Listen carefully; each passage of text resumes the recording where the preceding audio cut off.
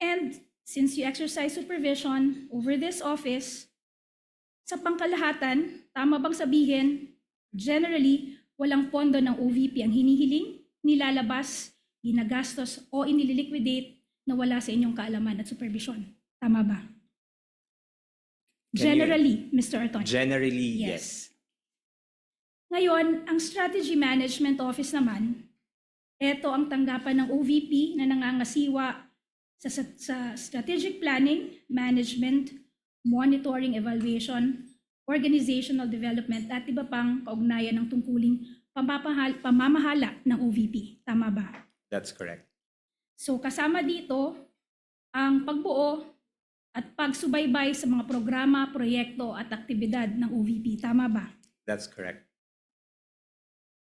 So ngayon, dahil sa iyong pag-amin, tama rin bang sabihin na bawat programa ng OVP ay dumadaan sa SMO? For all the activities. Yes. At dahil kayo ang nagsusuperbisa sa SMO, kayo rin ang nagsusuperbisa sa mga programa, proyekto at aktibidad nito. Tama ba? General supervision po. Yes. In short, or sa madaling salita, bawat programa ng OVP ay dumadaan sa inyong supervision ng 2 beses. Una, kapag ito ay pinaplano ng SMO, at pangalawa, kapag binabayaran ito ng AFSO. Tama ba? Yes po. At tama rin bang sabihin na ang mga direktor ng 2 opisinang ito ay nag-uulat din sa iyo? Tama ba? That's correct po. Also, tama rin bang sabihin na ang Vice President mismo ang nagtalaga sa inyo ng supervision over these 2 offices? Yes, that's correct as part of the organizational structure. Okay.